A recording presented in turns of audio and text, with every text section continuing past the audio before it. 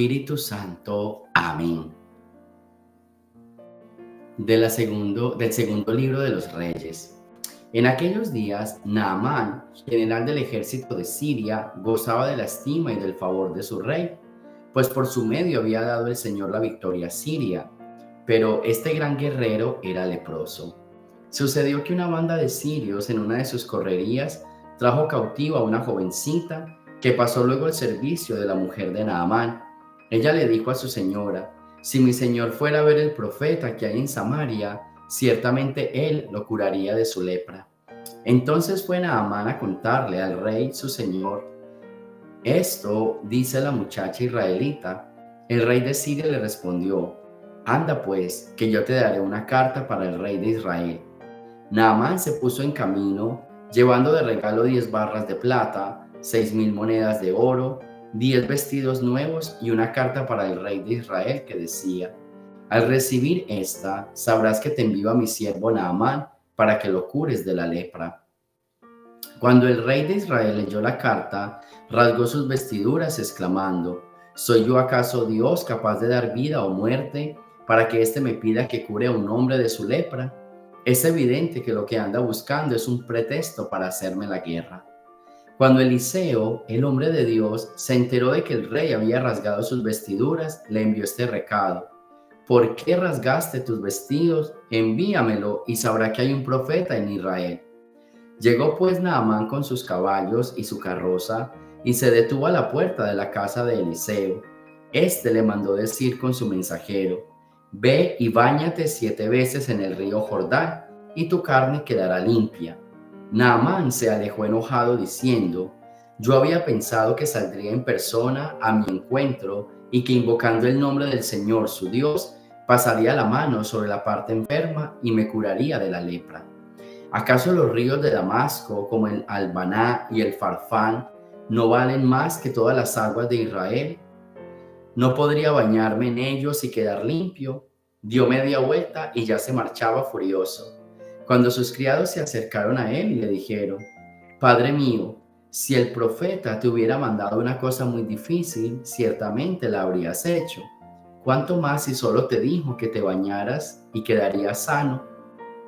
Entonces Naamán se bañó 7 veces en el Jordán, como le había dicho el hombre de Dios, y su carne quedó limpia como la de un niño. Volvió con su comitiva a donde estaba el hombre de Dios y se le presentó diciendo: ahora sé que no hay más Dios que el de Israel. Palabra de Dios. Del Santo Evangelio según San Lucas. En aquel tiempo Jesús llegó a Nazaret, entró a la sinagoga y dijo al pueblo: yo les aseguro que nadie es profeta en su tierra. Había ciertamente en Israel muchas viudas en los tiempos de Elías, cuando faltó la lluvia durante 3 años y medio, y hubo un hambre terrible en todo el país. Sin embargo, a ninguna de ellas fue enviado Elías, sino a una viuda que vivía en Sarepta, ciudad de Sidón. Había muchos leprosos en Israel en tiempo del profeta Eliseo. Sin embargo, ninguno de ellos fue curado, sino Naamán, que era de Siria. Al oír esto, todos los que estaban en la sinagoga se llenaron de ira, y levantándose lo sacaron de la ciudad y lo llevaron hasta una saliente del monte, sobre el que estaba construida la ciudad, para despeñarlo. Pero él, pasando por en medio de ellos, se alejó de allí. Palabra del Señor. Bien, tenemos la historia de Naamán en el día de hoy, ¿sí? Y aquí podemos aprender varias cosas. Primero, hay una frase que dice que Dios sabe cómo hace sus cosas. En la lectura se mueven muchos personajes pequeños, pero que hicieron cosas grandes. Esta mujer que habían vendido para que fuera esclava, esta fue la que le dijo a la mujer de Naamán que lo enviara a Israel, y así fue.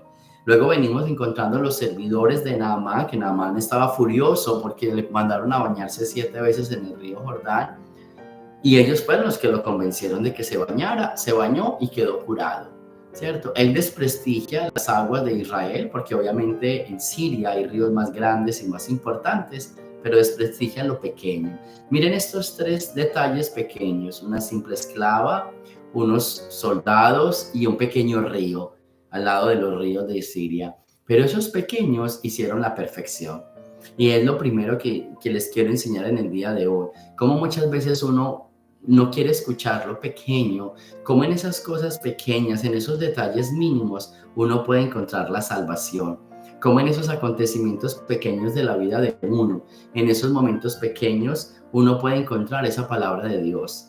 A veces queremos como, digamos así, conferencias o palabras estrepitosas de personas grandes y poderosas, pero mira, hay alguien pequeño y simple que te puede enseñar algo y te puede llevar a la mano de Dios, te puede llevar en las manos de Dios. Entonces, vamos a tener en cuenta siempre eso, que no siempre tiene que ser algo grande, también en lo pequeño se encuentra Dios.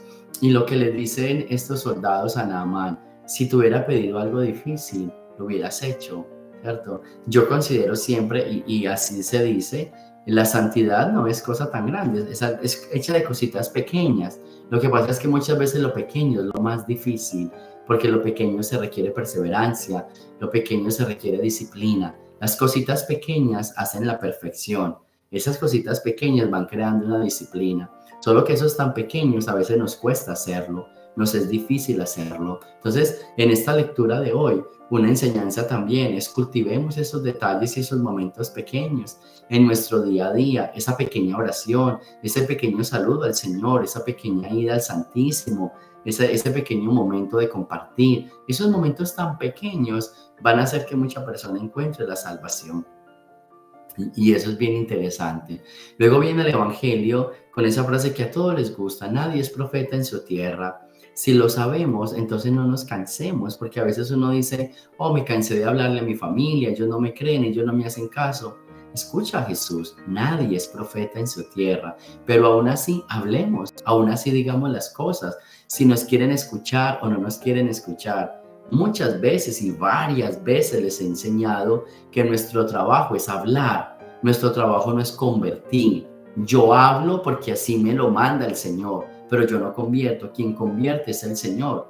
Es Él el que va a convertir a las personas, yo no. Yo hablo, que es mi tarea. Me crean o no me crean, me escuchen o no me escuchen, esto ya no es de mí, esto es del Señor. Entonces, hoy es un día también para entender que Jesús nos dice, nadie es profeta en su tierra, pero no lo es porque ya nos conocen, porque nos viene la batería, porque nos provocan, por muchísimas cosas, pero aún así sigamos haciendo nuestra tarea, sigamos haciendo nuestra labor y vamos a encontrar milagros y quizás los milagros van a ser grandísimos, pero más adelante. Pero también puedo decirles algo, de que muchas veces nosotros pisoteamos la palabra de Dios, no la escuchamos, no nos disponemos para escucharla. Y eso es lo que le pasa también a estos personajes a los cuales Jesús se dirige. Y es que ellos tienen la palabra, pero no la escuchan.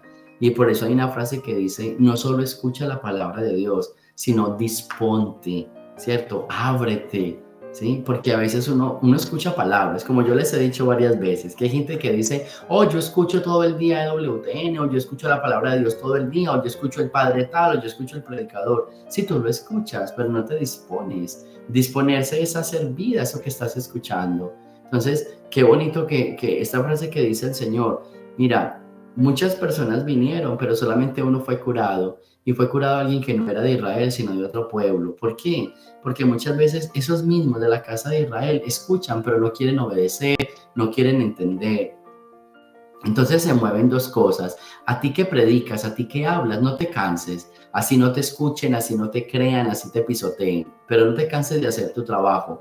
Y lo segundo, tú que escuchas, no solo escucha, pon en práctica. Trata de poner en práctica alguna cosa. Si todos los días, o si al menos una vez a la semana dijeran, esto que escuché, voy a ponerlo en práctica. Esto que me enseñaron, voy a ponerlo en práctica. Imagínese cómo estaría el mundo si todos escucháramos la palabra de Dios y colocáramos en práctica lo mínimo de lo que nos van enseñando. Seríamos diferentes. Así que ánimo, pidámosle al Señor en este día que nos ayude a escuchar su palabra y que nos ayude a perseverar hablando de ella, nos crean o no, pero que también empecemos a hacer actos, por pequeños que sean, pero esos actos pequeños van creando perfecciones. Esos actos pequeños van creando cercanía a Dios. Así que nosotros podemos acercarnos a Dios a través de esos pequeños actos.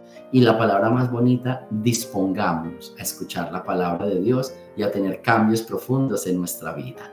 Gloria al Padre, al Hijo y al Espíritu Santo, como era en el principio, ahora y siempre, por los siglos de los siglos. Amén. El Señor esté con ustedes y la bendición de Dios Todopoderoso, Padre, Hijo y Espíritu Santo, descienda sobre ustedes y me los acompañe siempre. Jesús, María y José.